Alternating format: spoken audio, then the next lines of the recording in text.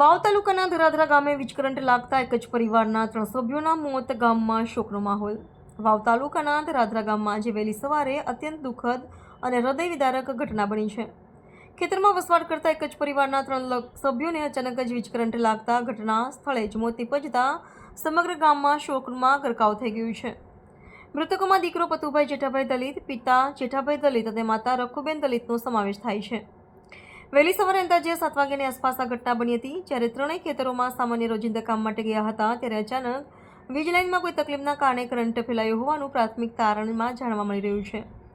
ઘટના બાદ ગ્રામજનોએ વીજ વિભાગની બેદરકારી સામે રોષ વ્યક્ત કર્યો છે. ઘણા સમયથી લાઇનમાં તકલીફ હોવાની જાણકારી હોવા છતાં યોગ્ય રીતે સંભાળ ન લેવાતા દુઃખદ ઘટના બની હોવાનું સ્થાનિકો જણાવી રહ્યા છે.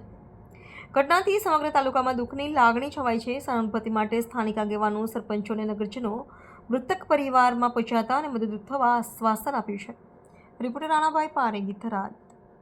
હાય, હું છું ક્રુઝિન સિંઘાનિયા. આપની આસપાસના સત્ય સમાચાર જાણવા માટે જોતા રહો દીવ મિરર ન્યૂઝ અને હા, લાઈક અને સબસ્ક્રાઇબ કરવાનું ભૂલતા નહીં. Thank you.